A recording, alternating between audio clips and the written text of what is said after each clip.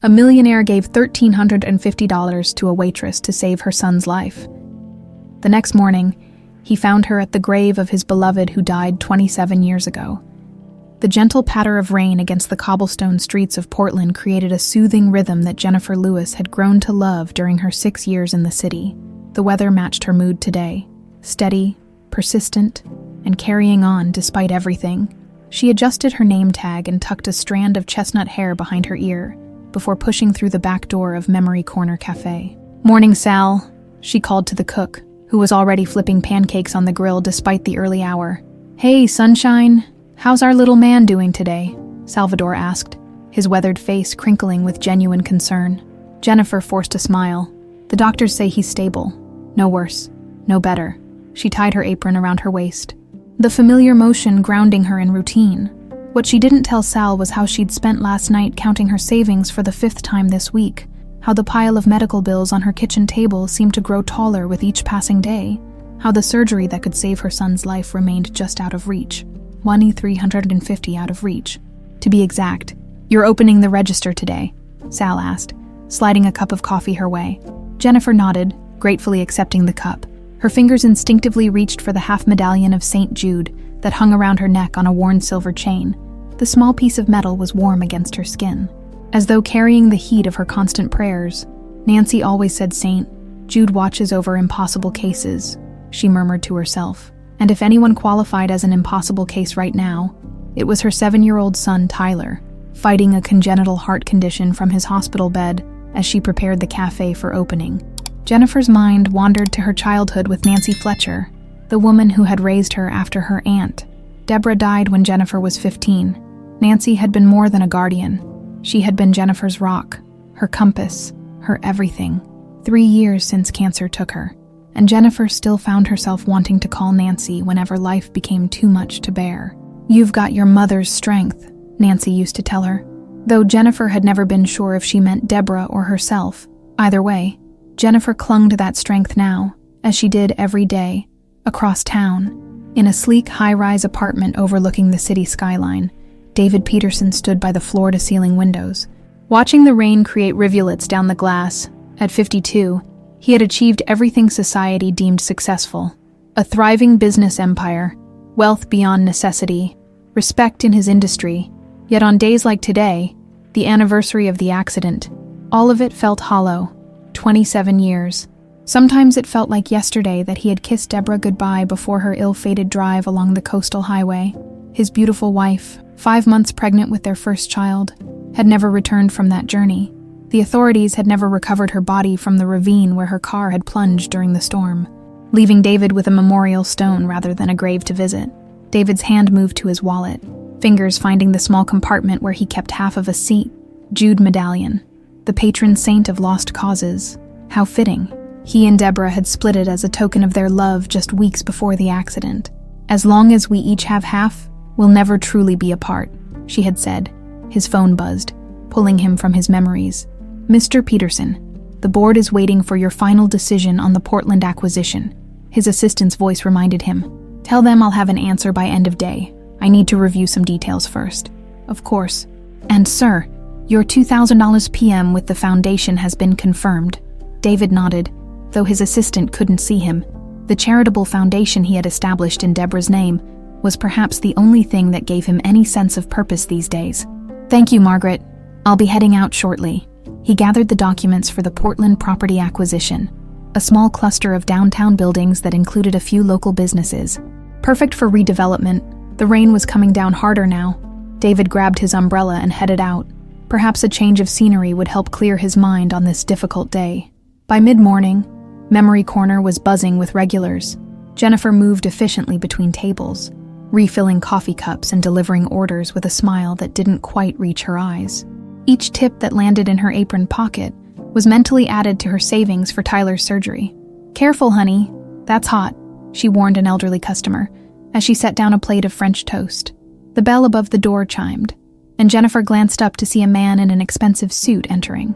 Shaking raindrops from his umbrella, there was something commanding about his presence, though his eyes carried a distant sadness that seemed at odds with his polished appearance. "Table for one, sir." Jennifer approached him with a menu. "Please." he replied, following her to a corner table by the window. Our special today is Belgian waffles with mixed berries, she offered. Can I start you with some coffee? Black coffee would be perfect, thank you. As Jennifer moved to get his coffee, she couldn't help noticing that the man seemed distracted, his attention caught between the documents he'd spread on the table and the rain-soaked streets outside. When she returned with his coffee, he ordered without looking at the menu. Just toast and eggs. Over easy. Coming right up, Mr. Peterson, he supplied. David Peterson. Something about the name tickled at Jennifer's memory, but she dismissed it. In her line of work, she encountered dozens of names daily. David returned to his documents, property assessments, zoning permits, and financial projections for the buildings he was considering purchasing. One of them, ironically, housed this very café. He'd been delaying the decision, inexplicably hesitant to sign off on a redevelopment that would displace the current tenants. Now sitting here, he understood his reluctance. There was something warm about this place, something genuine that couldn't be replicated in the upscale bistros his development would likely attract. Jennifer returned with his order. Just as David's phone rang, he answered briskly while she arranged his plate on the table. As she moved to step away, her foot caught on the leg of a neighboring chair. She stumbled, inadvertently knocking into David's table. Time seemed to slow as his coffee cup tipped, the dark liquid spreading rapidly across his documents. Jennifer gasped, grabbing napkins from her apron pocket. "I'm so sorry," she exclaimed, mortified. "I'm terribly sorry, sir." David's initial flash of irritation faded as quickly as it had appeared. "It's fine," he assured her, helping to mop up the spill. "Nothing irreplaceable." As Jennifer leaned forward to blot the papers, the half medallion she wore slipped out from beneath her uniform. David's eyes locked onto it, his hand freezing mid-motion. The distinctive edge, the worn image of St. Jude, the unique pattern that had been hand-engraved. It was unmistakable, identical to the half he'd carried in his wallet for nearly 3 decades. Jennifer, unaware of his shock, continued apologizing. "I'll get you fresh coffee, and of course, your meal is on the house today." "Your necklace," David said, his voice suddenly hoarse. "May I ask where you got it?" Jennifer's hand instinctively went to the medallion. "It was my mother's," she said cautiously. "Well, my adoptive mother's. She gave it to me before she passed away." David's heart hammered in his chest. "Your adoptive mother?" "Yes, Nancy Fletcher. She raised me after my aunt died." The name meant nothing to David, but he couldn't tear his eyes from the medallion. It couldn't be a coincidence. The piece was one of a kind, specially made for him and Deborah. "I need to take a call from the hospital," Jennifer said suddenly, checking her phone. "My son, he's not well. I'll send someone else with your fresh coffee." As she hurried away, David sat immobile, his mind racing with impossible theories. After a moment, he followed her to the counter, where she was speaking anxiously into her phone. "Yes, doctor, how much more would it cost to move up the surgery?" "I see. Yes, I understand. I'm close. I just need a little more time to gather the rest." When she hung up, David cleared his throat. "Excuse me, I couldn't help overhearing. Your son is in the hospital."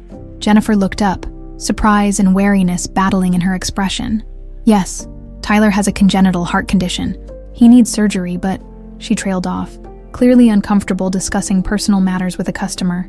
"I'm sorry to pry," David said sincerely. "It's just, I lost someone to heart issues many years ago. Is there anything I can do to help?" For a fleeting moment, Jennifer's professional mask slipped, revealing the exhausted, frightened mother beneath. "That's very kind, but we'll manage. I should get back to work." David nodded, returning to his table. He left a generous tip with his bill, but before departing, he asked the manager for a private word. That evening, Jennifer found an unmarked envelope in her locker. Inside was exactly 1/350th, the precise amount she needed for Tyler's surgery. There was no note, no explanation, just the money that would save her son's life. Outside in the rain, David Peterson sat in his car, watching the café, the half medallion burned in his pocket. After 27 years of emptiness, he suddenly felt alive with purpose and terrified of what he might discover. Jennifer's hands trembled as she counted the money for the 3rd time. The crisp bills totaled exactly 1,350. Not a dollar more, not a dollar less. How could anyone know the exact amount she needed? She sat on the bench in the empty employee locker room, the envelope clutched to her chest, tears streaming down her face. "Jen, you still here?" Sal poked his head through the door. His expression softened when he saw her tears. "Hey, what's wrong?" She held up the envelope. "Someone left this for me. It's exactly what I need for Tyler's surgery." Sal's eyebrows shot up. "What? Who would—" "I don't know." Jennifer wiped her eyes with the back of her hand. "There's no note. Nothing. Just the money." "Well, whoever it was, they're an angel," Sal said, leaning against the doorframe. "Maybe it was that suit who spilled his coffee. He was asking Carol a lot of questions after you left to take that call." Jennifer's mind flashed to David Peterson's face, the way he'd stared at her medallion. His strange questions about her family. Could it have been him? But how would he have known the exact amount she needed? "I need to find out who it was," she said, carefully tucking the envelope into her purse. "I have to thank them." Sal shrugged. "Some people prefer to stay anonymous, you know? Maybe just be grateful and pay it forward someday." Jennifer nodded, but her mind was already racing. If it was David Peterson, why would a wealthy businessman take such an interest in a waitress and her sick child? And why had he seemed so fixated on her medallion? David sat in his hotel room, staring at the half medallion in his palm. The edges were worn smooth from years of being carried in his wallet, thumbed like a worry stone during his darkest moments.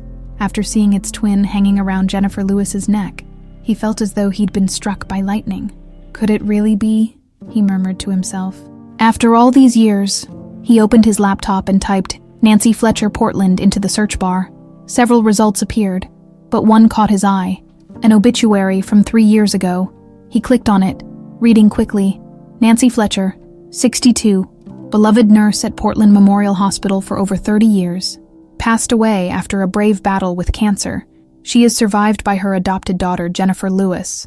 The article mentioned Nancy's dedication to the pediatric ward and her work during the coastal highway disaster 27 years ago, the very accident that had supposedly claimed Deborah's life. David's pulse quickened. Nancy Fletcher had been a nurse at the hospital where victims of that accident were taken. Jennifer had Nancy's half of the medallion. The timing aligned perfectly with the age Jennifer appeared to be, mid-20s, the right age to have been born around the time of the accident. But it was impossible. The authorities had told him that both Deborah and their unborn child had died. There had been a funeral, a memorial stone. He had mourned them for 27 years. David reached for his phone, then stopped. What would he say? "Excuse me, I think you might be my long-lost daughter." Jennifer would think he was insane. He needed more information before approaching her again. Tomorrow, he would visit the hospital where Nancy Fletcher had worked. Perhaps some of her former colleagues might remember something about that night 27 years ago. Jennifer sat beside Tyler's hospital bed, running her fingers through his sandy brown hair as he slept. The monitor beeped steadily, a reassuring rhythm that meant his heart was still fighting. "We're going to get you that surgery, buddy," she whispered. "Someone sent us a miracle." She thought about all the nights she'd sat in this very chair, watching her son's chest rise and fall, terrified that each breath might be his last. Tyler had inherited the same heart condition she had, a rare congenital defect that had required surgery when she was an infant. Jennifer's scar was barely visible now, a thin white line on her thigh where they'd accessed an artery when she was just days old. Nancy had always been vague about Jennifer's biological parents. "Your mother was my dear friend," she would say. "She loved you very much, but she couldn't take care of you." Jennifer had assumed her biological mother was Deborah, who she'd known as her aunt growing up. Deborah had lived with them until Jennifer was 15, when a car accident took her life, but Nancy had never explicitly confirmed this. And after her death, Jennifer found herself with more questions than answers. The memory of her last conversation with Nancy surfaced in her mind. "Jenny," Nancy had said, her voice weak from the cancer that was rapidly consuming her. "In my closet, there's a cherry wood box with flowers carved on the lid. Inside, you'll find the other things I saved for you, including the medallion." Jennifer had retrieved the box, opening it to find an old silver chain with half a sat jewed medallion. "It was your mother's," Nancy explained. "She wore it every day. Before she died, she asked me to give it to you when you were ready." "Ready for what?" Jennifer had asked. Nancy's eyes had grown distant. "To find the other half. When you do, you'll discover your roots." She'd squeezed Jennifer's hand with surprising strength. "Promise me you'll wear it. Someday, it will lead you where you need to go." Jennifer had dismissed it as the rambling of a dying woman. She wore the medallion to honor Nancy's memory, not because she believed it would lead her anywhere. Now, she wondered if there was more to Nancy's words than she'd realized. Tyler stirred in his sleep, pulling Jennifer back to the present. "Mom," he mumbled, his eyes fluttering open. "I'm here, sweetie." She leaned closer, brushing his cheek with her hand. "Did you bring Robo-Rex?" he asked, referring to his favorite stuffed dinosaur. Jennifer smiled, pulling the worn toy from her bag. "Of course I did. He wanted to come visit you." Tyler hugged the dinosaur to his chest. "When can I go home?" "Soon," Jennifer promised, her heart swelling with new hope. "In fact, I have wonderful news. We can schedule your surgery now. Someone sent us the money we needed." Tyler's blue eyes widened. Was it Dad? The innocent question stung. Tyler's father had disappeared before he was born, unwilling to deal with a child who might have medical problems. Jennifer had never heard from him again. "No, sweetie. It was someone else. A kind person who wanted to help us." "Like a superhero?" Tyler asked, his imagination taking flight despite his fatigue. Jennifer smiled. "Maybe. A secret superhero." As Tyler drifted back to sleep, Jennifer's thoughts returned to David Peterson and his strange reaction to her medallion. Tomorrow, she would try to find him. If he was her mysterious benefactor, she needed to thank him properly. And if his interest in her medallion meant something more, she needed to know what. The following morning, David stood at the nurses' station in Portland Memorial Hospital, waiting to speak with the head of the pediatric department. He'd claimed to be researching for a potential donation from his foundation, which wasn't entirely untrue. "Mr. Peterson," a woman in her 60s approached, extending her hand. "I'm Dr. Marianne Collins. I understand you're interested in our pediatric cardiology department." "Yes, thank you for meeting with me." David shook her hand. "I'm particularly interested in the history of the department. I understand Nancy Fletcher was a longtime nurse here." "Doctor." Collins's face softened. "Nancy was exceptional. We still miss her terribly. Did you know her?" "Not personally," David admitted, "but I believe she may have been involved in a case that's of particular interest to me. The coastal highway accident 27 years ago." A flicker of recognition crossed Dr. Collins's face. "That was before my time here. But of course, everyone knows about that tragedy. Nearly a dozen fatalities. Nancy was working that night." "Yes.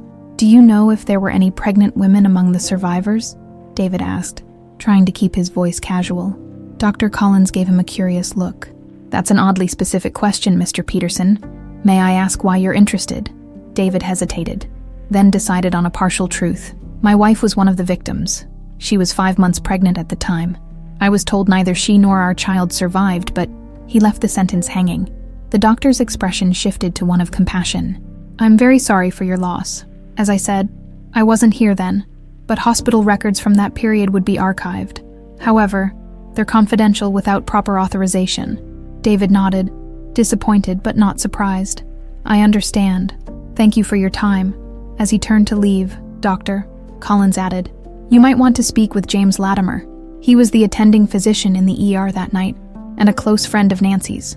He's retired now, but he still volunteers at our free clinic on Tuesdays." David thanked her, a new spark of hope igniting in his chest, as he headed for the elevator. He didn't notice Jennifer Lewis stepping out of a room further down the hall, watching him with a mixture of surprise and determination. The rain had finally stopped by the time Jennifer arrived at Evergreen Memorial Cemetery. A thin mist hung between the headstones, giving the grounds an ethereal quality that seemed fitting for the day. She clutched a small bouquet of calla lilies, Nancy's favorite flowers, in one hand, and Tyler's good news in her heart. "I wish you could see him, Nancy," Jennifer said softly, as she approached the familiar gray granite marker. "He's so brave. The doctor scheduled his surgery for next week." She knelt down, placing the flowers against the stone. After 3 years, the ritual still felt both comforting and painful. This was where she came when she needed to feel grounded, when life's challenges seemed too overwhelming. Today, though, she came with gratitude. "Someone left money for Tyler's surgery," she continued, brushing away a few fallen leaves from the base of the headstone. "The exact amount we needed. I don't know who it was, but I can't help thinking you had something to do with it." Jennifer smiled sadly. "Still looking out for us, even now." She reached into her pocket and pulled out a small photograph. Worn at the edges from being handled over the years, it showed Nancy in her nurse's uniform, arm in arm with a beautiful young woman with auburn hair. "I found him, Nancy," Jennifer said, her voice barely above a whisper. "The man who reacted to my medallion. He was at the hospital today, asking questions about you." She traced her finger over the image of the woman beside Nancy. I think he might know something about Aunt Deborah, or maybe about my birth mother. Jennifer placed the photo at the base of the headstone, weighing it down with a small stone so the breeze wouldn't carry it away. She touched the half medallion around her neck, remembering Nancy's cryptic words. Find the other half, and you'll discover your roots. I'm going to find out what it all means, she promised, for Tyler's sake, and for mine. David stood before the small memorial stone he'd commissioned 27 years ago. Unlike the other graves in the cemetery, this one marked no actual remains. Deborah's body had never been recovered from the ravine where her car had plunged during the storm. Deborah Ann Peterson, beloved wife and mother-to-be, forever in our hearts. He'd visited this spot every year on the anniversary of her death, but today was different. Today, for the first time in nearly 3 decades. He came with something other than grief in his heart. He came with questions, with a flicker of impossible hope. I don't know if I'm losing my mind, Deb, he said softly, but I saw our medallion yesterday, your half of it, around a young woman's neck. He pulled his own half from his pocket, turning it over in his palm. She's the right age. She was raised by a nurse who worked at the hospital the night of your accident. The silence that greeted his words was familiar, but today, it felt less like an ending, and more like an invitation to discover something new. David placed a bouquet of calla lilies against the stone, the same flowers he'd carried at their wedding. As he straightened up, movement caught his eye. About 50 yards away, a young woman was kneeling at another grave. Even from this distance, he recognized her immediately. Jennifer Lewis. His heart began to race. What were the odds that they would both be here? On this day of all days, he watched as she placed something at the base of the headstone. A photograph. It seemed, before rising to her feet, David hesitated. Should he approach her? What would he say? He had no proof of his suspicions, just a series of coincidences and a growing conviction that they were somehow connected. Before he could decide, Jennifer turned and spotted him.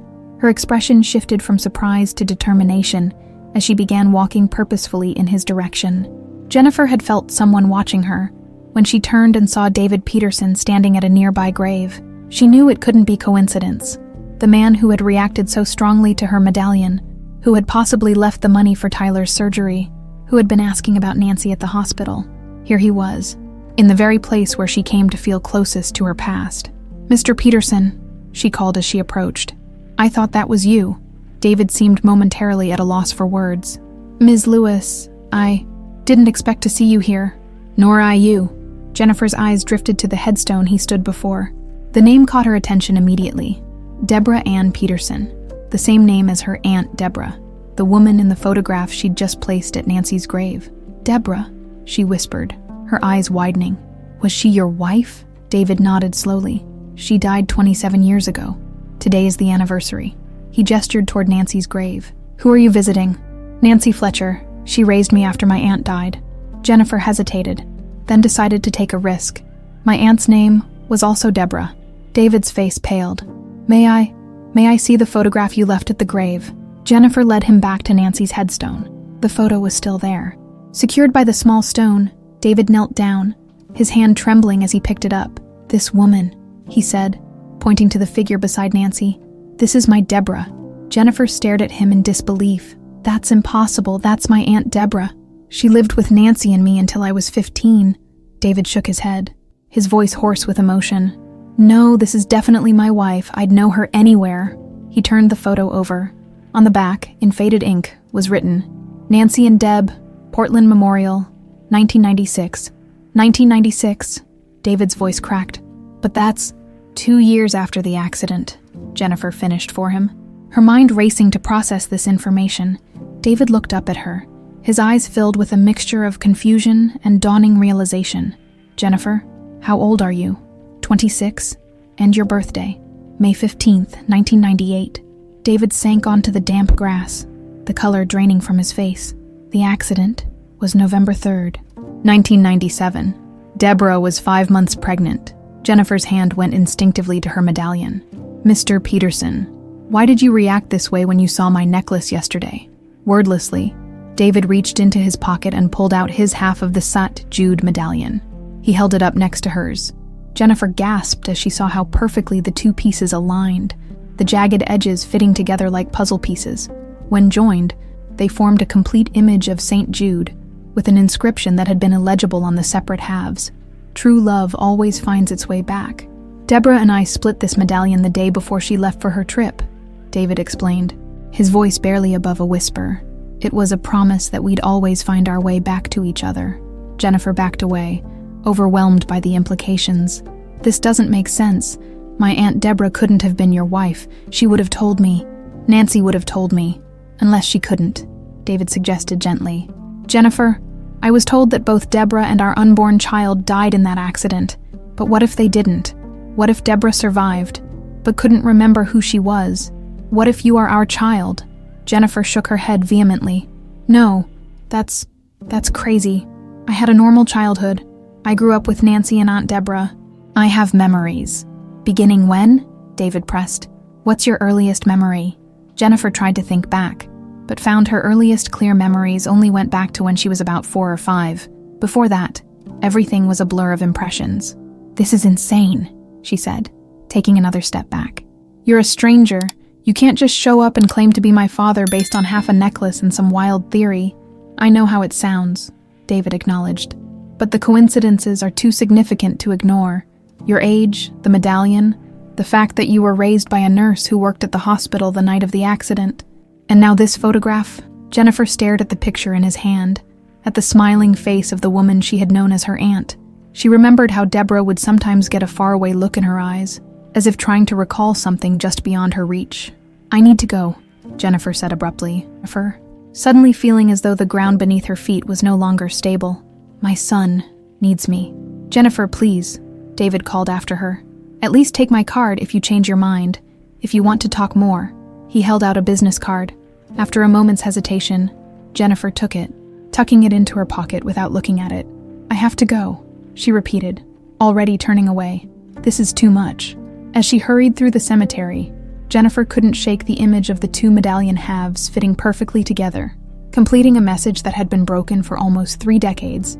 Behind her, David Peterson remained kneeling at Nancy Fletcher's grave, studying the photograph of the woman he had mourned for 27 years, standing alive and smiling beside the nurse who had raised Jennifer Lewis. Jennifer couldn't remember driving home from the cemetery. Her mind was a whirlwind of fragmented thoughts and impossible questions. She found herself sitting in the parking lot of her apartment building, gripping the steering wheel so tightly her knuckles had turned white. This is crazy, she whispered to herself, completely insane. And yet, the medallion pieces had fit together perfectly. The inscription, incomplete on each half, formed a coherent message when joined. True love always finds its way back. With trembling fingers, she pulled David Peterson's business card from her pocket, CEO of Peterson Development Group, a Portland address and phone number. Nothing extraordinary about it, and yet it felt like holding a stick of dynamite. Her phone rang, startling her. It was the hospital. Mrs. Lewis, Dr. Rivera would like to speak with you about Tyler's pre-surgical consultation tomorrow. Yes, of course, Jennifer replied automatically. Tell him I'll be there at whatever time works. As she ended the call, reality came rushing back. Tyler, his surgery, those were the things that mattered, not some wild story from a stranger in a cemetery.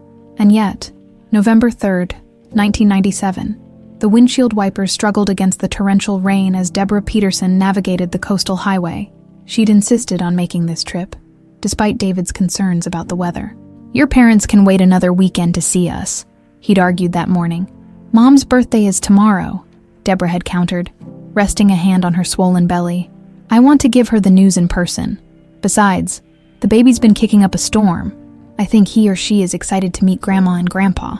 Now, as lightning illuminated the angry Pacific to her right, Deborah was beginning to regret her stubbornness. The road was treacherous, visibility poor. She slowed down, focusing on the yellow lines. Her hand moved to the half medallion hanging around her neck. David had the other half, a silly, romantic gesture, but it comforted her to touch it, as though it connected her to him across the miles. The headlights appeared without warning, a truck on her side of the road, moving too fast on the wet pavement. Deborah swerved instinctively, but the car's tires lost traction. She felt the sickening sensation of sliding. Then spinning, the guardrail loomed in her headlights for a terrifying instant. Then nothing. At Portland Memorial Hospital, the emergency room was in chaos. A multi-vehicle accident on the coastal highway had sent a dozen victims their way. with more expected. "Another one coming in," a paramedic shouted as they wheeled in a stretcher. Nurse Nancy Fletcher rushed forward. The woman on the stretcher was unconscious, blood matting her auburn hair. Her belly was distended. She was pregnant, at least 5 or 6 months along. "Trauma room 3, Nancy directed, helping guide the stretcher. "Page Dr. Latimer, stat. We've got a pregnant woman with head trauma." As they transferred the woman to the exam table, Nancy noticed the silver chain around her neck. She gently lifted it to move it out of the way for the cardiac leads. Half of a St. Jude medallion hung from the chain. Beeps dropping. Another nurse called out, "Heartbeat is irregular." Dr. James Latimer rushed in, taking in the situation quickly. "We need an ultrasound. Check the fetal heartbeat." The next several minutes were a blur of activity. The woman's injuries were severe: head trauma, internal bleeding, a fractured femur, and the baby was in distress. "We need to perform an emergency C-section," Dr. Latimer announced grimly. "The baby won't survive otherwise, and we might lose her too if we wait." Nancy stayed by the woman's side through the procedure.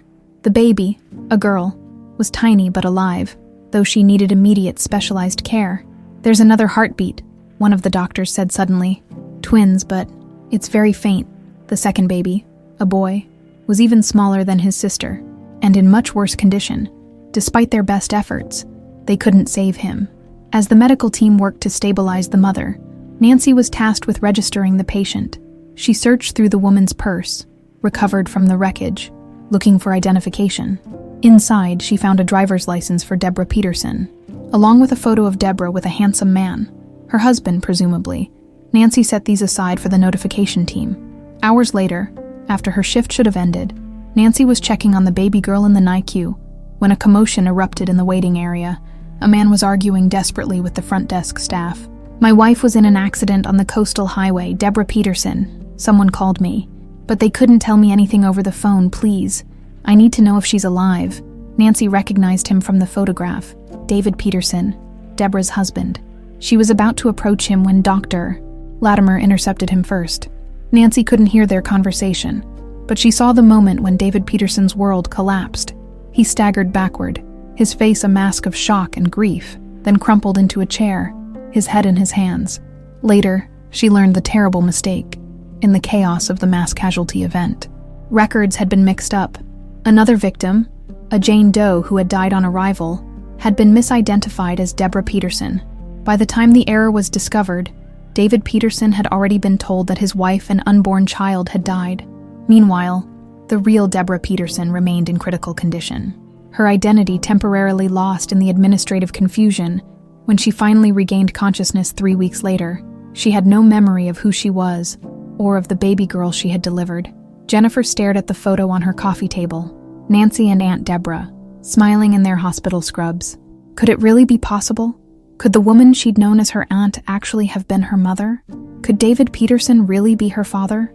She tried to remember Deborah, to recall details from her childhood. Deborah had always been the more distant of her two caregivers, kind but somewhat reserved, prone to headaches and moments of confusion. Nancy had explained it away as Deb's artistic temperament, but what if it had been something else entirely? What if it had been the lingering effects of brain trauma? Jennifer remembered how devastated she'd been when Deborah died in that second car accident when she was 15. She remembered the funeral, Nancy holding her as she cried. If Deborah had been her biological mother, why wouldn't Nancy have told her then? Unless Nancy had her reasons for keeping the truth hidden. Jennifer's phone rang again. This time, it was Carol from the café. "Jen, there's a man here asking for you. That businessman from yesterday, Peterson. Should I tell him you're not available?" Jennifer closed her eyes, took a deep breath. "No," she said finally. "Tell him I'll be there in 20 minutes. When Jennifer arrived at Memory Corner, David was sitting at the same table as the day before, nursing a cup of coffee. His face brightened when he saw her, a hopeful expression that made her heart squeeze uncomfortably. "Thank you for coming," he said as she slid into the chair across from him. "I know this is all overwhelming." "That's putting it mildly," Jennifer replied. "Look, Mr. Peterson. David, please. David. I need you to understand something, even if what you're suggesting is true.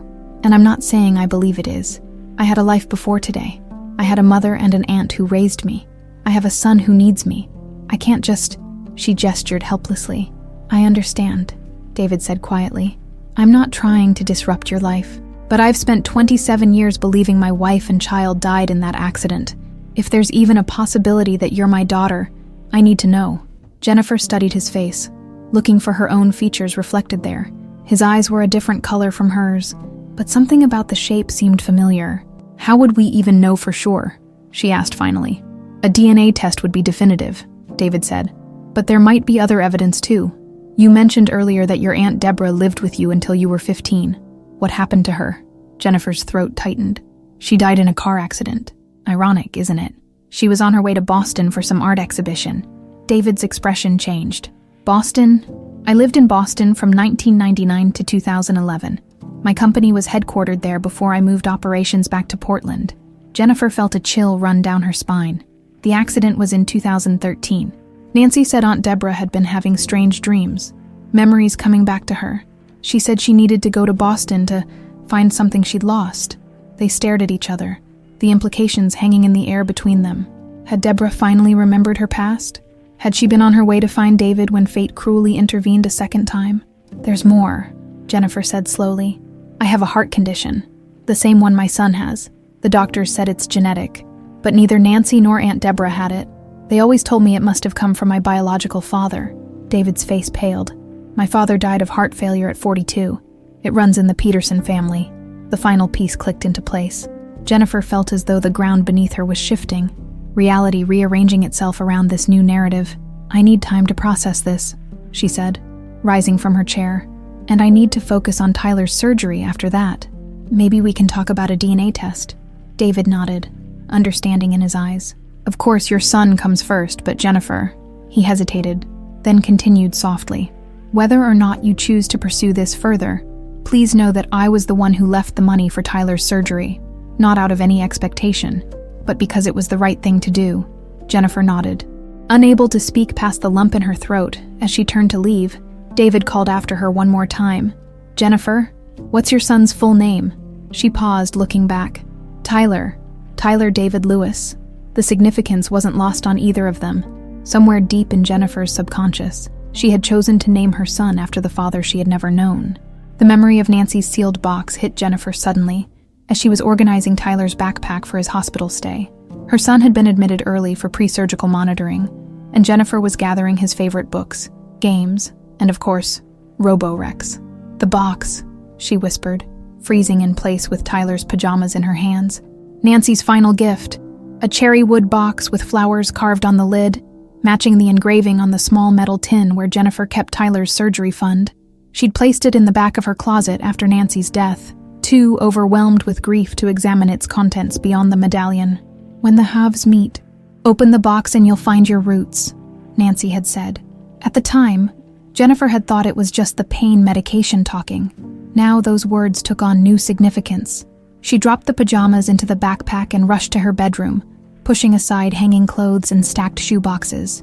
She found it, a rectangular wooden box, about the size of a shoebox, its surface intricately carved with delicate cherry blossoms. Jennifer carried it to her bed with trembling hands. For 3 years, it had sat untouched, a tangible piece of Nancy that Jennifer hadn't been ready to face. Now, it might hold answers to questions she'd never thought to ask. She ran her fingers over the small brass lock. Nancy had given her the key on a separate chain, which Jennifer kept in her jewelry box. After retrieving it, she sat cross-legged on the bed, the box before her like some kind of Pandora's mystery. Here goes nothing, she murmured, inserting the tiny key into the lock. Inside, she found a collection of carefully preserved items, photographs, letters, a small diary bound in faded blue leather, and several official-looking documents in sealed envelopes. The first photograph made her gasp. It showed a hospital room, where a much younger Nancy stood beside a bed. In the bed lay a woman Jennifer instantly recognized as Deborah, looking pale and thin, cradling a newborn wrapped in a pink blanket. Jennifer turned the photo over. Written on the back in Nancy's precise handwriting, Deborah and Jennifer, May 15th, 1998, her birthday. With increasing urgency, Jennifer sifted through the other items. There were more photos. Deborah holding baby Jennifer, Nancy giving toddler Jennifer a bath, the three of them at what appeared to be Jennifer's second or third birthday. Then she found an envelope marked Hospital Records. Inside was a birth certificate, Jennifer scanned it quickly. Mother, Jane Doe, identity unknown. Father, unknown birth date, May 15th, 1998. Attending physician, Dr. James Latimer. Attending nurse, Nancy Fletcher. Another document caught her eye, a legal name change form, dated 6 months later, changing Jane Doe to Deborah Fletcher, with Nancy Fletcher listed as her sister. They created a new identity for her, Jennifer whispered, the pieces falling into place. The final item in the box was the blue diary. Jennifer opened it with reverence, recognizing Nancy's handwriting immediately. November 3rd, 1997. The accident victims keep arriving. So much tragedy tonight. The pregnant woman, Deborah Peterson, delivered twins by emergency C-section. The boy didn't make it. The girl is tiny but fighting. I've been checking on her all night. Somehow, in all the chaos, Mr. Peterson was told his wife and baby died. By the time the mistake was discovered, he'd already left the hospital, devastated. Deb remains unconscious, her prognosis uncertain. November 10th, 1997. Deborah opened her eyes today, but there's no recognition there. The neurologist says she has severe retrograde amnesia. She doesn't know her name, doesn't remember being pregnant. I've been visiting her daily. Something about her reminds me of my sister Martha before cancer took her last year. I can't explain it, but I feel responsible for her somehow. The entries continued, documenting Deborah's slow recovery and Nancy's growing attachment to both mother and baby. Jennifer read with mounting disbelief as Nancy described her decision to help Deborah establish a new identity as her sister-in-law. May 15, 1998. Jennifer Rose was born today, perfect in every way. Deborah may not remember her past, but she already loves this child with her whole heart. I told the adoption agency I'd handle everything, that my sister Deborah just needed help with the paperwork. I know what I'm doing is wrong, legally and morally.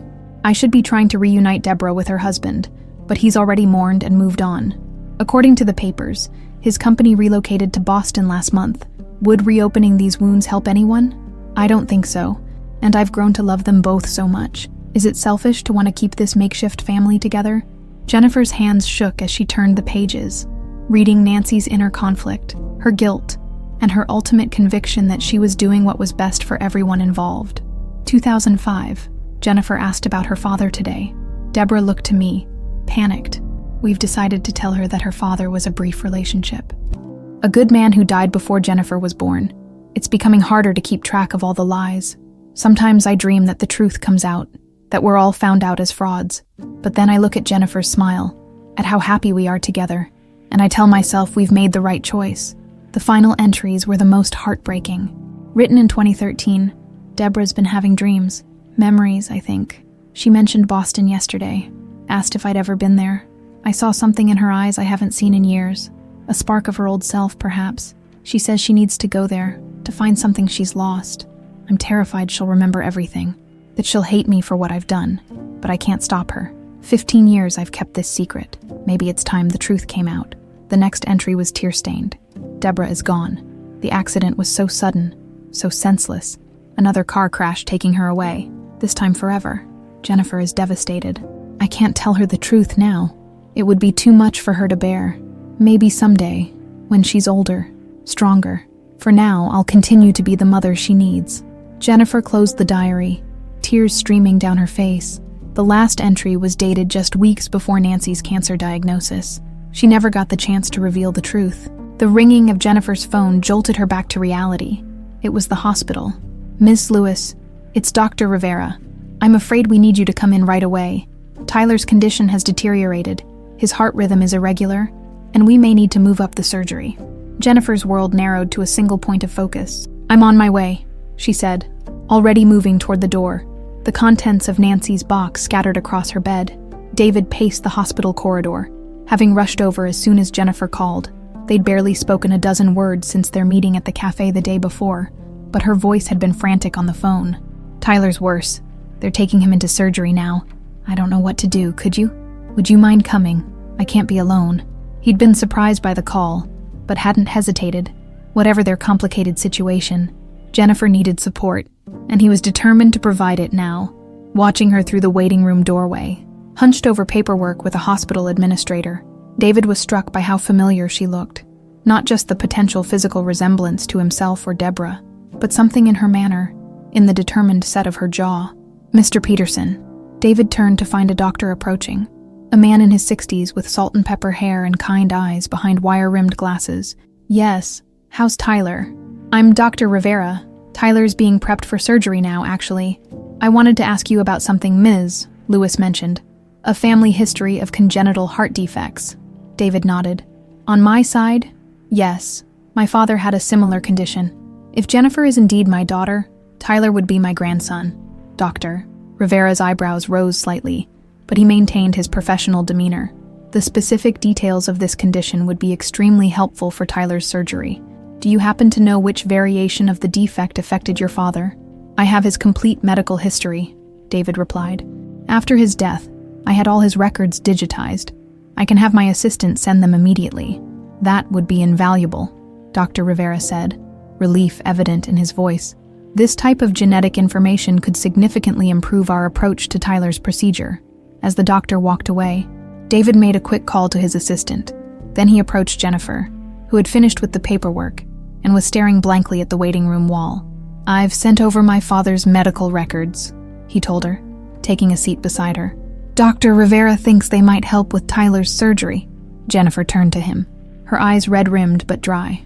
Thank you for coming and for that. She hesitated, then reached into her bag and pulled out a worn blue diary. I found this in a box Nancy left for me. You should read it. It explains everything. David accepted the diary with careful hands, understanding the significance of what she was sharing. They're taking him into surgery now, Jennifer continued, her voice surprisingly steady. It'll be several hours. There's time for you to read it. David nodded, opening the diary to the first page. As he began to read, Jennifer leaned back in her chair, closing her eyes. They sat together in silence, united by concern for Tyler and the gradual unraveling of a secret kept for 27 years. The surgical waiting room was eerily quiet. Occasional beeps from the nurse's station and the soft murmur of the television mounted in the corner provided the only soundtrack to David's reading. He turned each page of Nancy's diary with increasing emotion, disbelief giving way to understanding, then to a profound sadness for all the years lost. When he finally closed the diary, his cheeks were wet with tears. He looked over at Jennifer, who had been watching him silently. All this time, he whispered, she was alive. You were alive. Jennifer nodded, her own emotions carefully contained. Years of being a single mother had taught her to compartmentalize, to focus on immediate needs, rather than her own feelings. Right now, Tyler was her only priority. Nancy thought she was doing the right thing, she said. She saw a woman with no memory, a newborn baby who needed care, and made a choice. A choice that kept me from my family for 27 years, David replied, a hint of bitterness creeping into his voice. Would you have preferred she left Deborah alone, confused, with no identity and a premature baby to care for? Jennifer challenged. David sighed, running a hand through his hair. No, of course not. I'm grateful she cared for both of you. I just wish, he trailed off, unable to articulate the complex mix of gratitude and regret he felt, that she'd found a way to tell you. Jennifer finished for him. I wish that too. She glanced at the clock on the wall. Tyler's only been in surgery for an hour. We have a long wait ahead of us. Tell me about him, David suggested. David, setting the diary aside. What's he like? A smile softened Jennifer's tense features. He's amazing. So brave. So curious about everything. He loves dinosaurs and space. He wants to be a paleontologist who discovers fossils on Mars. Her smile faltered. He's been dealing with his heart condition his whole life, but he never complains, even when he's scared. He tries to make me feel better about it. He sounds like his grandmother, David said softly. Deborah was like that, always thinking of others, even when she was hurting. Jennifer hesitated, then reached into her bag again. I brought these too, she said, pulling out a stack of photographs from Nancy's box. I thought you might want to see them. David accepted the photos with trembling hands. The first showed Deborah in a hospital bed, holding newborn Jennifer.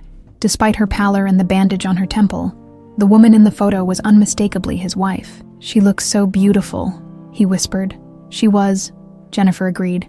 In my earliest memories, she was the one who sang me to sleep.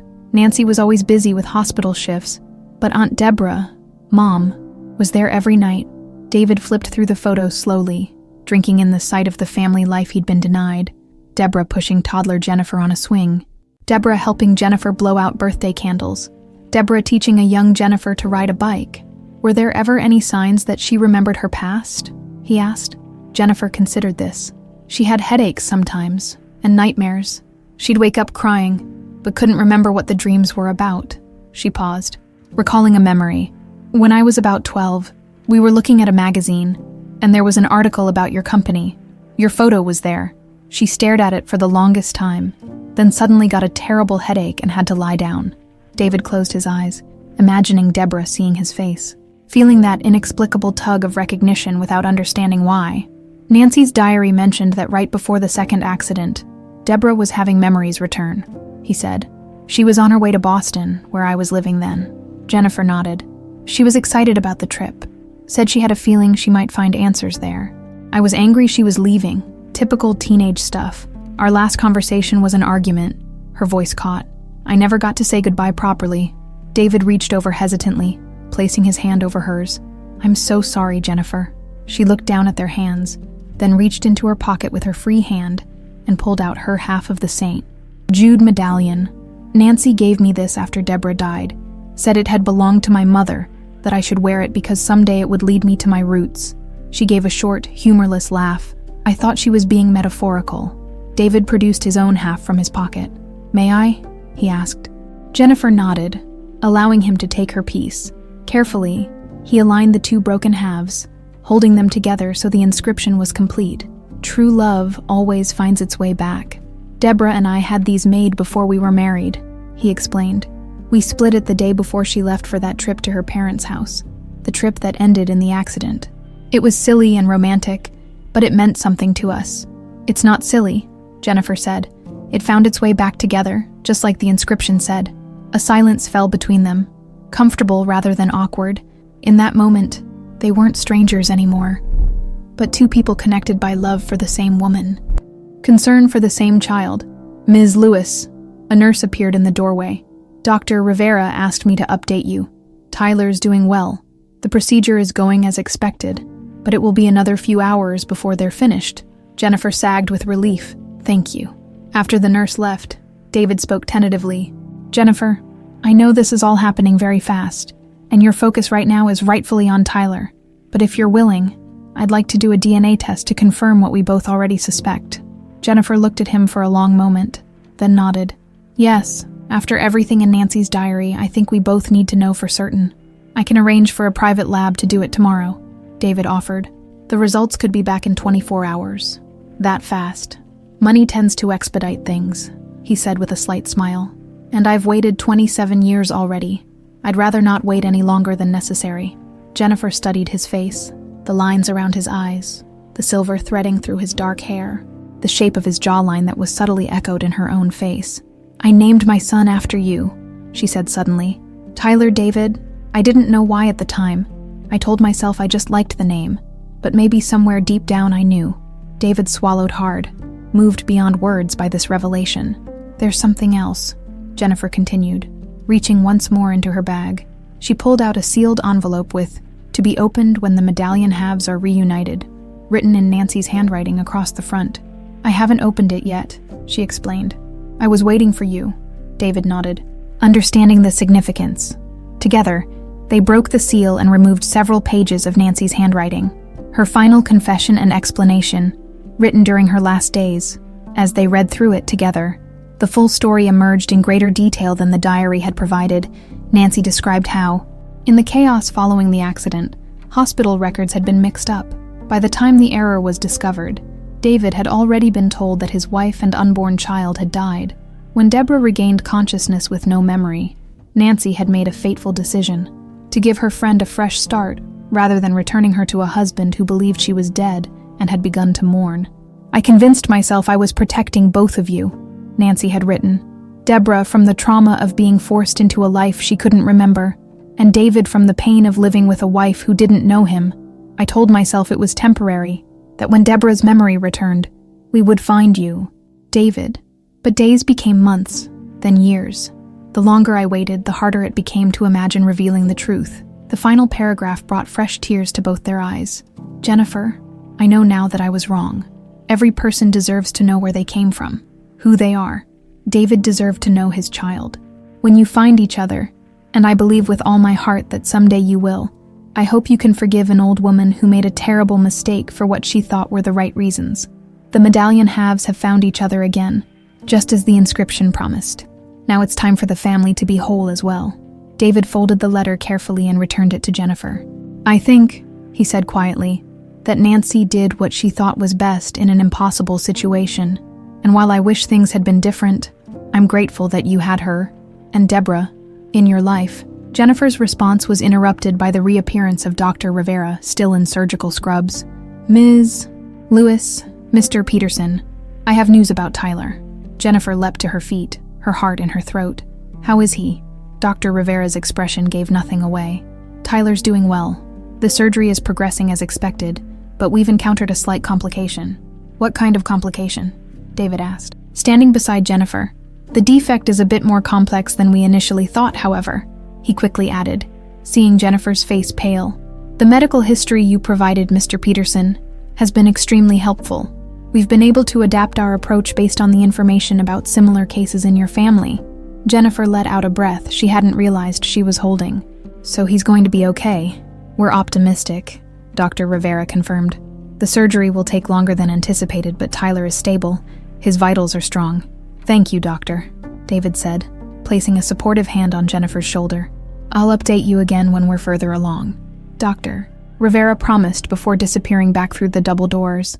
Jennifer sank back into her chair, the brief moment of relief quickly giving way to renewed anxiety.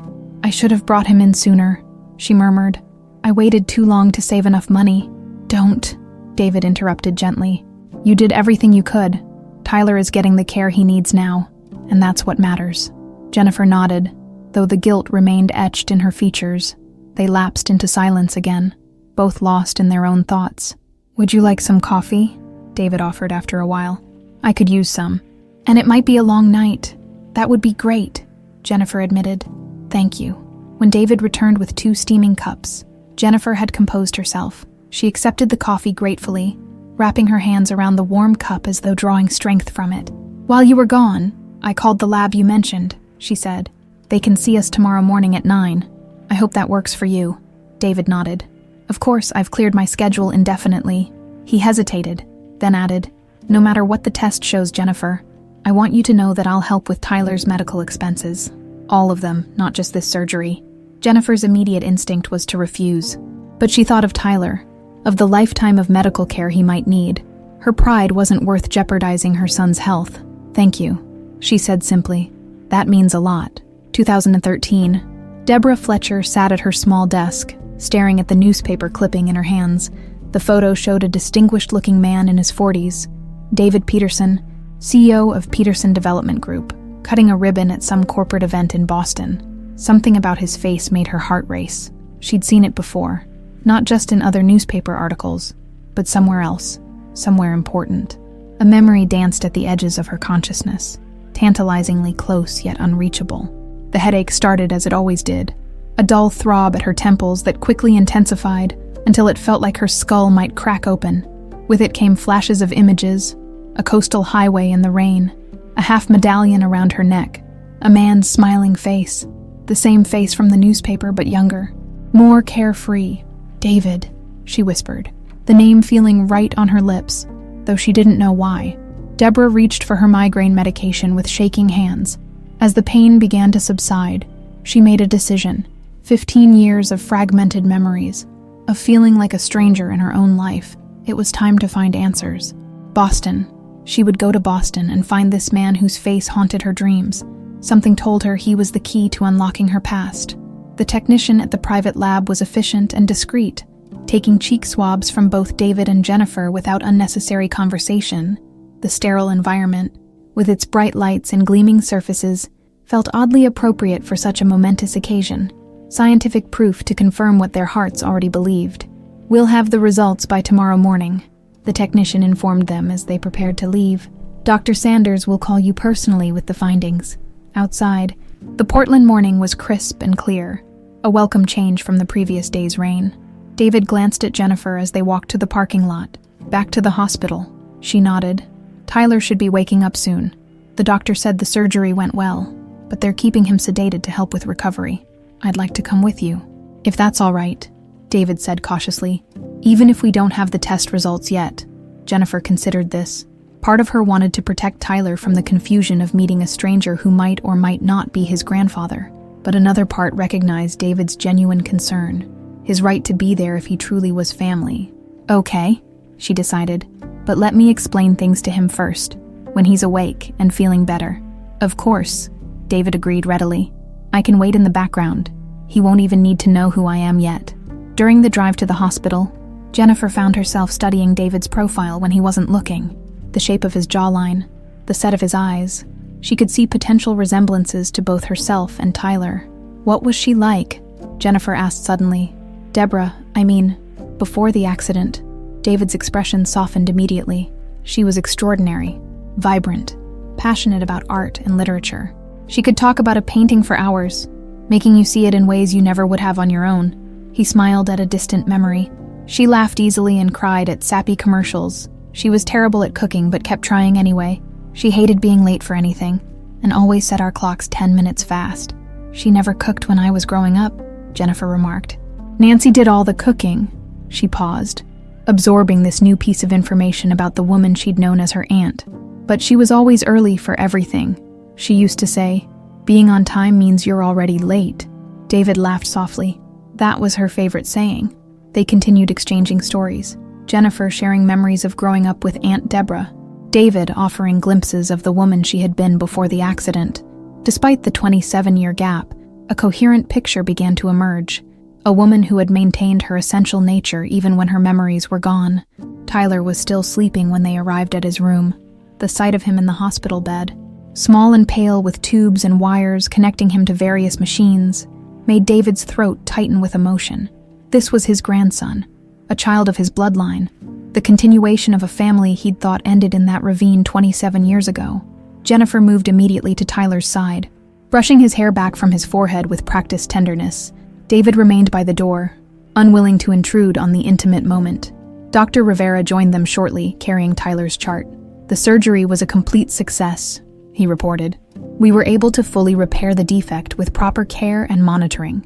He should be able to live a normal, healthy life. When will he wake up? Jennifer asked. We're going to start bringing him out of sedation this afternoon. He'll be groggy at first, but by evening, he should be more alert. And recovery time? David inquired from his position by the door. Doctor? Rivera glanced between them, clearly noting the dynamic but professional enough not to comment. He'll need to stay in the hospital for about a week, then take it easy at home for another few weeks. Children are remarkably resilient, though. I expect he'll be back to full activity within 2 months. After the doctor left, Jennifer settled into the chair beside Tyler's bed, while David took up a less obtrusive position by the window. They maintained a companionable silence, broken only by occasional quiet conversation about Tyler's condition or hospital logistics. You should get some rest, David suggested when he noticed Jennifer struggling to keep her eyes open. I can stay and watch him, she hesitated, maternal instinct warring with exhaustion. I don't want him to wake up alone. I'll wake you the moment anything changes, David promised. You won't be any good to him if you collapse from exhaustion. Reluctantly, Jennifer nodded. She reclined the chair as far as it would go and closed her eyes. Within minutes, her breathing had deepened into sleep. David watched over both of them. This daughter and grandson he hadn't known existed until days ago. The sense of protectiveness he felt surprised him with its intensity. Despite the lack of shared history, the bond of blood spoke powerfully. His phone vibrated in his pocket. Stepping quietly into the hallway to avoid disturbing Jennifer, he answered, Mr. Peterson, this is Dr. Sanders from Pacific Genetics. David's heart raced. Yes, doctor. I know we said tomorrow, but our lab was able to process your samples immediately due to a cancellation. I have your results. David gripped the phone tighter. Go ahead. The DNA comparison shows a 99.9% probability that you are the biological father of Jennifer Lewis. Congratulations, Mr. Peterson. Though he had been expecting it, the confirmation hit David with unexpected force. He thanked the doctor automatically, ended the call, and leaned against the wall for support. It was real. Jennifer was his daughter. Tyler was his grandson. Inside the room, Tyler stirred slightly, his eyelids fluttering. David moved quickly to Jennifer's side, gently touching her shoulder. Jennifer, he said softly, I think he's waking up. As Jennifer blinked awake, disoriented momentarily, David added, And the lab called early. The test results are in. Jennifer sat up straight, instantly alert. And, it's confirmed, David said, his voice thick with emotion. You're my daughter, Jennifer. You're really my daughter. Before Jennifer could respond, a small voice from the bed interrupted them. Mom, who's that man? They both turned to find Tyler watching them with curious eyes, groggy but awake. Hey, buddy. Jennifer rushed to Tyler's side, her conversation with David momentarily forgotten. How are you feeling? Tyler's small face scrunched in concentration as he assessed his condition. Kinda weird. My chest hurts. His gaze drifted back to David, standing awkwardly by the foot of the bed. Who's that? Jennifer and David exchanged a look. This wasn't how either had planned the introduction, but Tyler's direct question demanded an answer. This is Mr. Peterson, Jennifer explained carefully. He's a friend who's been helping us with your surgery.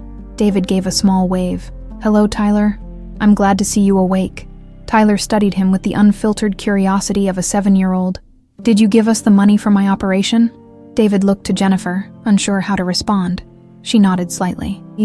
Giving permission? Yes, I did, David admitted. I wanted to help. Are you rich? Tyler asked, causing Jennifer to make a strangled sound between a laugh and a groan. Tyler, that's not polite, David chuckled. It's all right, yes, Tyler. I am fortunate enough to have money to help people when they need it. This seemed to satisfy the boy, who nodded sagely. That's good. Mom works really hard, but hospitals cost a lot. His attention shifted as he noticed something else. Hey, where's Robo-Rex?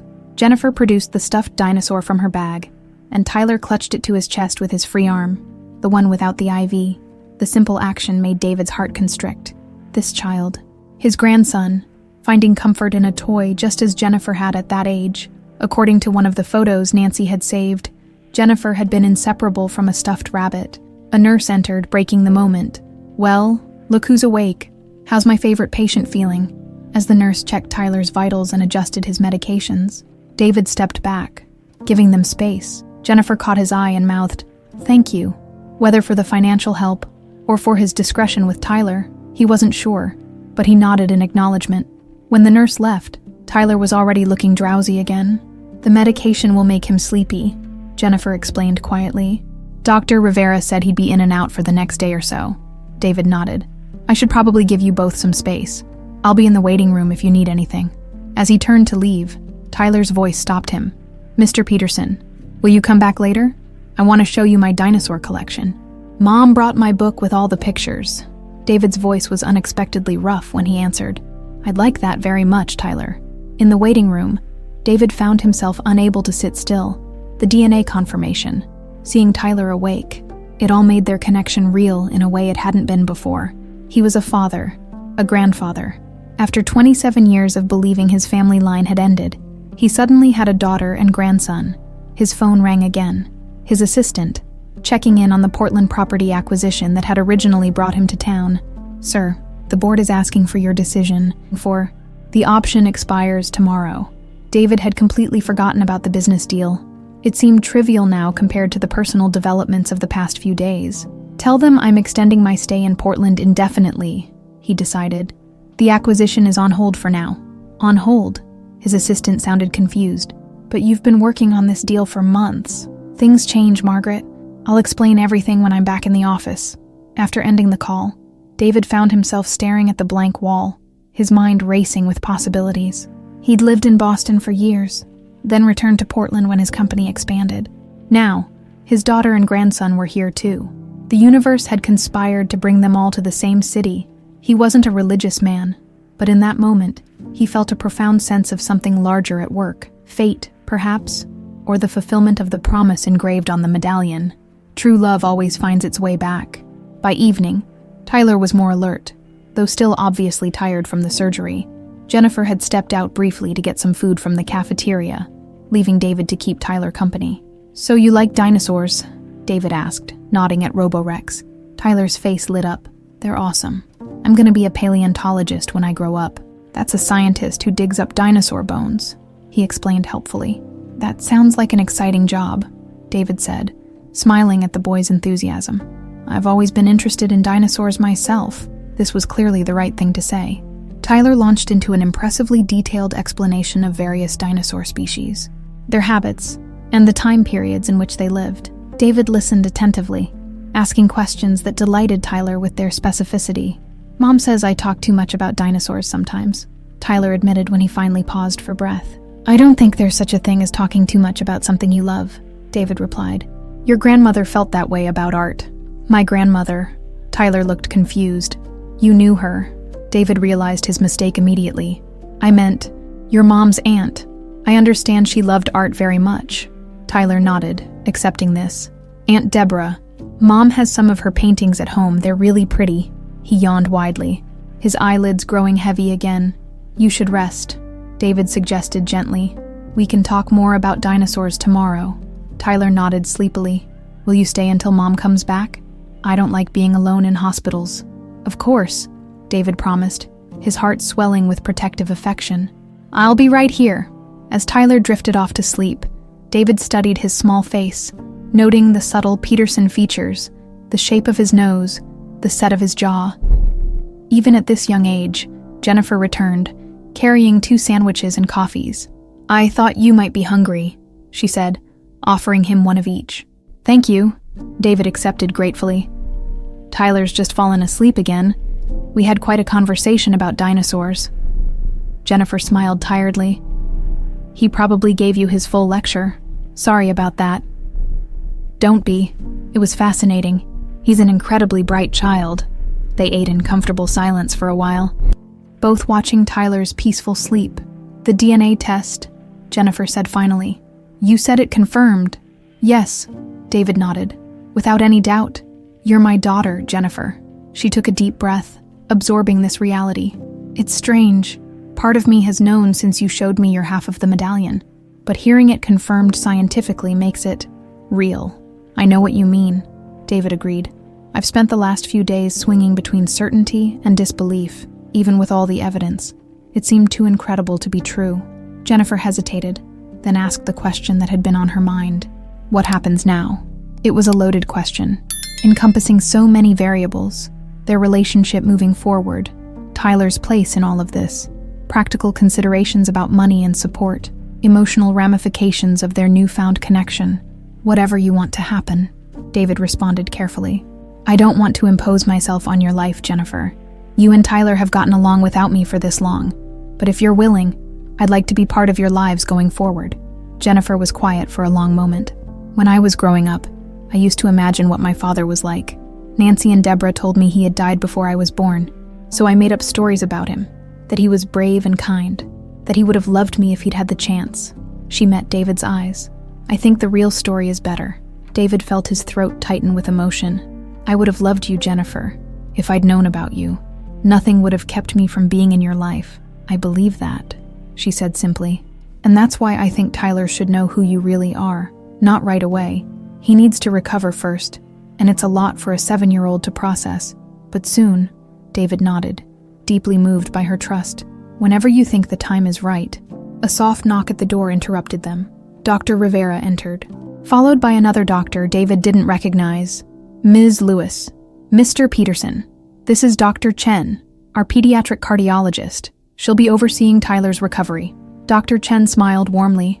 "Tyler's post-operative results are excellent. The repair was completely successful, and his heart function is already showing significant improvement. The data from your father's medical history was invaluable," Dr. Rivera added, addressing David directly. "It helped us tailor our approach specifically to Tyler's condition. This particular variant of the defect runs in families, and having that genetic information made all the difference." David and Jennifer exchanged a look, both recognizing the irony. The very connection that had been hidden for so long had ultimately been crucial to Tyler's successful treatment. "When can he come home?" Jennifer asked. "If he continues to progress this well, I'd say in about 5 days," Dr. Chen replied. "Then he'll need a few weeks of rest at home before returning to normal activities." After the doctors left, Jennifer turned to David. "I should warn you," she said with the ghost of a smile. "My apartment is tiny. There's barely room for Tyler's dinosaur collection, let alone visitors." David understood the implied question. "I have a house on the west side.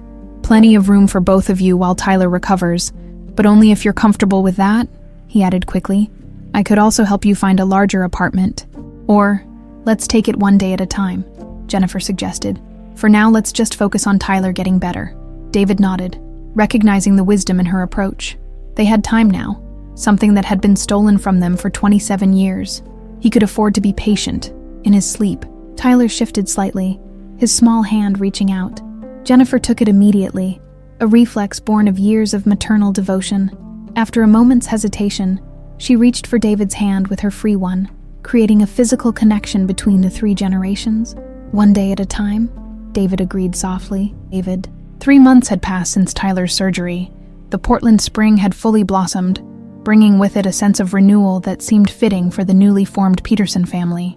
Jennifer stood behind the counter of what was once Memory Corner Café, watching as David and Tyler hung a new sign over the entrance. The wooden placard swung gently in the breeze as they secured it in place.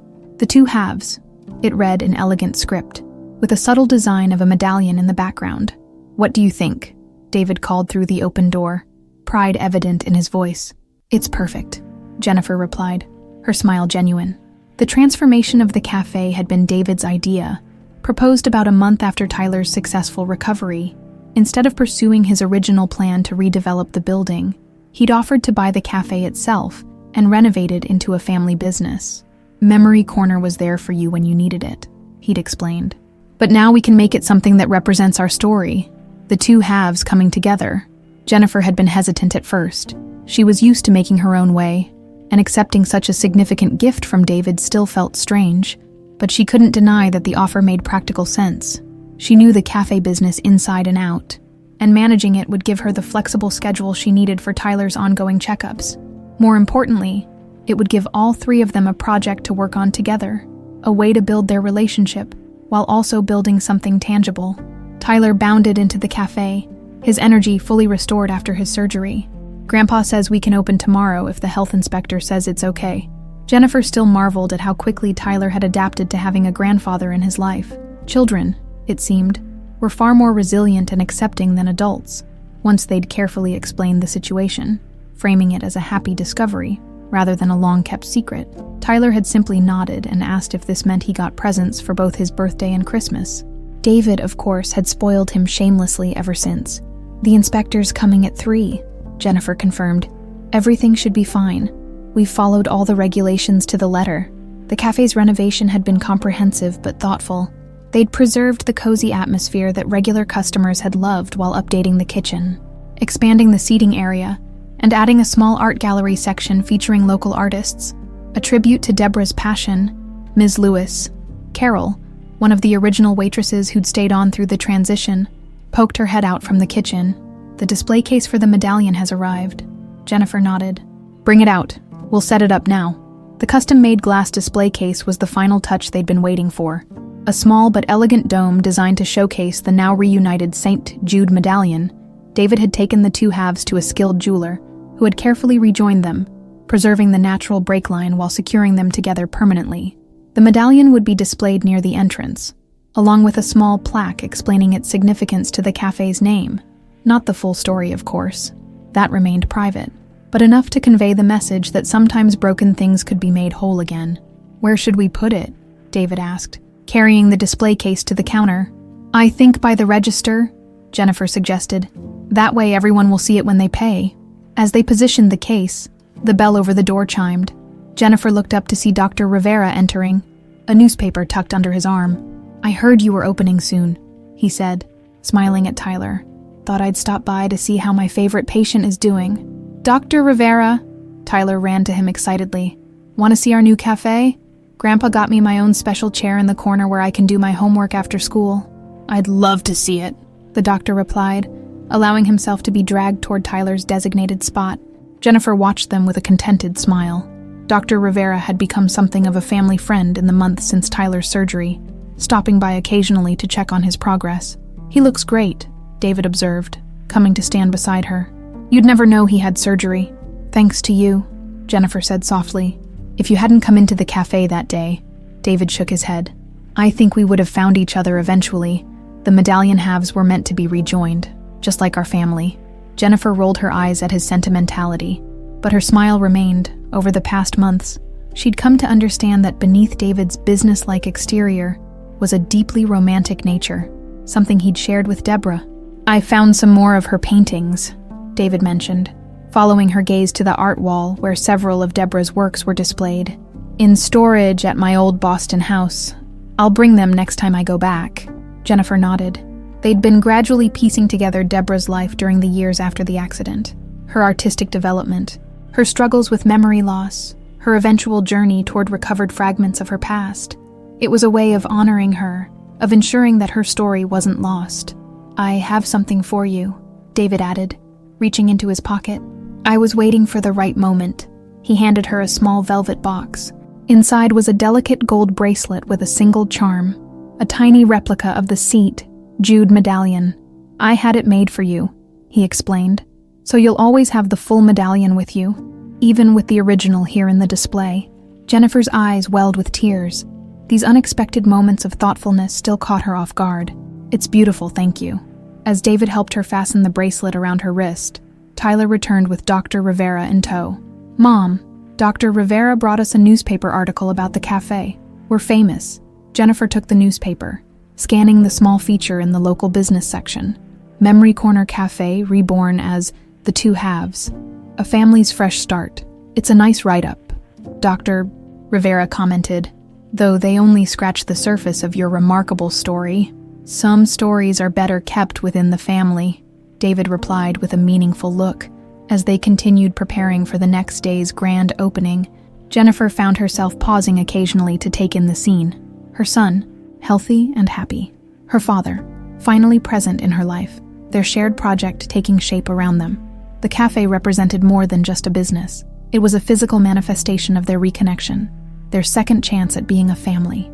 Later that evening, after Tyler had gone to bed in the apartment above the cafe, freshly renovated as part of David's investment, Jennifer and David sat at one of the tables, reviewing last-minute details for the opening. "Are you nervous?" David asked. Jennifer considered the question. "Not about the cafe. We're well prepared and I know this business." She hesitated. "But sometimes I do worry about all of this. Our situation. What if it doesn't work out? What if we're trying to force something because of biology that wouldn't naturally fit?" David was quiet for a moment. "I think what makes a family isn't just blood, Jennifer. It's choice. Nancy and Deborah chose to be your family. Now we're all choosing this. You, me, and Tyler. That choice matters more than DNA." Jennifer nodded, finding comfort in his perspective. "I wish they could see this," she said softly. "Nancy and Deborah, I think they'd be happy for us, despite everything." "I think so too," David agreed. "Nancy made a difficult choice all those years ago, right or wrong. She did it out of love, and in the end, love found a way to bring us back together." Jennifer's hand went to the bracelet on her wrist, the tiny medallion catching the light. "True love always finds its way back," she quoted softly. The next morning, as the first customers began to trickle into the Two Halves cafe, Jennifer stood behind the counter, watching her father chat animatedly with patrons, while Tyler proudly showed off his homework corner to anyone who would look. The reunited medallion gleamed in its display case, a symbol of their extraordinary journey. For the first time in her life, Jennifer felt complete, not because she'd discovered her biological father, but because she'd finally connected all the pieces of her past. Nancy and Deborah would always be part of her story. But now that story had expanded to include David and a future they would build together. As she served the first coffee of the day, Jennifer glanced at the medallion once more. The inscription seemed to glow in the morning light. True love always finds its way back. And indeed, despite time, tragedy, and circumstance, it had. 1 year to the day after Jennifer and David had met in Evergreen Memorial Cemetery, they returned together. The weather was considerably better this time. Clear blue skies with a gentle breeze carrying the scent of fresh-cut grass and blooming flowers. Tyler walked between them, holding a bouquet of calla lilies in each hand. "Are we almost there?" he asked, his 7-year-old patience wearing thin despite the solemnity of the occasion. "Just a little further," Jennifer assured him, squeezing his shoulder gently. They had made significant changes to the cemetery plots over the past year. David had arranged for Deborah's memorial to be moved next to Nancy's grave, bringing together in death the two women who had been inseparable in life. New headstones had been commissioned for both, with inscriptions that honored their true roles in the family's story. Deborah Ann Peterson, beloved wife, mother, and artist. True love always finds its way back. Nancy Marie Fletcher, devoted friend and guardian. Some angels walk among us.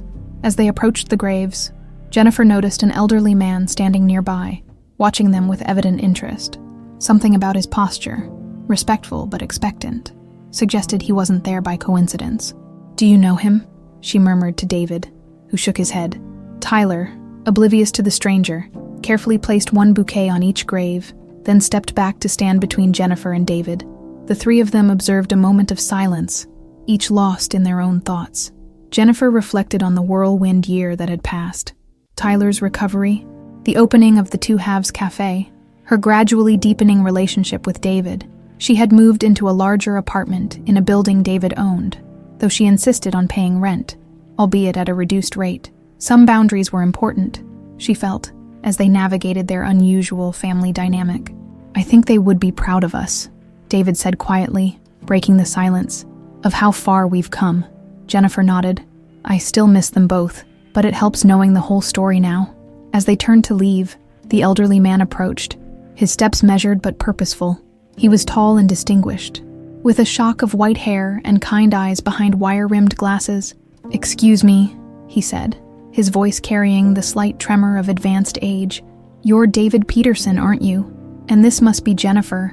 David tensed slightly, stepping protectively closer to Jennifer and Tyler. "Yes, we are." "And you are Dr. James Latimer," the man introduced himself. "I was the attending physician the night of Deborah's accident." Jennifer gasped softly. This was the doctor Nancy had mentioned in her diary, the one who had delivered her and tried to save her twin brother, Dr. Latimer. David acknowledged, extending his hand. "Nancy Fletcher mentioned you in her writings." The doctor nodded, shaking David's hand firmly despite his age. "Nancy was a remarkable nurse and friend. I've been retired for many years now, but I read about your cafe in the newspaper, the Two Halves. When I saw the name and the story about a family reunited, I knew it had to be you. How did you find us here?" Jennifer asked. Dr. Latimer smiled gently. "I visit the cemetery every week to pay respects to colleagues who have passed. When I saw Nancy's new headstone a few months ago, with its connection to Deborah Peterson, I hoped I might encounter you eventually." He hesitated. "There's something I've been keeping for a very long time. Something I believe belongs to you." From a weathered leather satchel, he produced a small book bound in faded blue fabric. This was among Deborah's personal effects the night of the accident. In the confusion, it wasn't included with the items given to the notification team. He looked down, a flicker of guilt crossing his face. "By the time I realized the mistake, the records had been confused and Nancy had, well, made her decision." David stared at the book, recognition dawning in his eyes. "That's Deborah's journal. She wrote in it every day." "Not just a journal," Dr. Latimer clarified. "It contains letters to you, Mr. Peterson. Letters she never had the chance to send." Jennifer felt her throat tighten with emotion. Letters from her mother to her father, written just before the accident that had separated them for nearly 3 decades. "Mom," Tyler tugged at her sleeve, sensing the emotional weight of the moment without fully understanding it. "Who's that man? What's he giving Grandpa?" "This is Dr. Latimer," Jennifer explained softly. "He's the doctor who helped when I was born, and he's brought us something very special. Letters from my mother." Tyler's eyes widened. "From Grandma Deborah, the one in the pictures." "Yes, sweetheart." "From her?" Dr. Latimer bent slightly to address Tyler directly. "You must be Tyler. You have your grandmother's eyes, young man." Tyler beamed at this connection to a grandmother he'd never met, but had come to know through stories and photographs. "Why did you keep this all these years?" David asked, his voice carefully neutral as he accepted the journal. The doctor straightened, meeting David's gaze directly. "Initially, I kept it because I intended to return it personally once the record confusion was sorted out. But when I learned that Nancy had created a new identity for Deborah and the baby," he shook his head. "I should have come forward then. I know. But Nancy was so convinced she was doing the right thing, protecting a traumatized woman and an innocent child. And later," Jennifer pressed, "later, it seemed too late to undo what had been done without causing more pain." Dr. Latimer sighed heavily. "I'm not proud of my silence, but I respected Nancy's decision, misguided as it may have been. When Deborah died in that second accident, I nearly contacted you, Mr. Peterson, but I feared the revelation would only bring pain without purpose." David nodded slowly, understanding if not fully forgiving. "And now, when I read about your family reuniting despite everything, I knew it was finally time to complete the circle. The doctor smiled sadly. Some stories deserve their proper ending, however belated. After exchanging contact information with Dr. Latimer, David insisted they meet again to hear more about the night Jennifer was born. They found a quiet bench beneath a flowering cherry tree. Tyler, sensing the adults needed a moment, asked permission to explore the nearby garden area, remaining within sight but out of earshot. With trembling fingers, David opened the journal. The first page contained a letter dated November 2nd, 1997. The day before the accident, my dearest David, as I prepare for tomorrow's drive to my parents. I find myself missing you already. These hormone-fueled emotions make me ridiculously sentimental. But I wanted to write to you about the dream I had last night. A dream about our child. I saw her, David. Yes, I'm still convinced it's a girl, despite your certainty about having a son. She had your smile and my eyes, and she was beautiful and strong. In my dream, she was painting, just like I love to do, but with your precise attention to detail.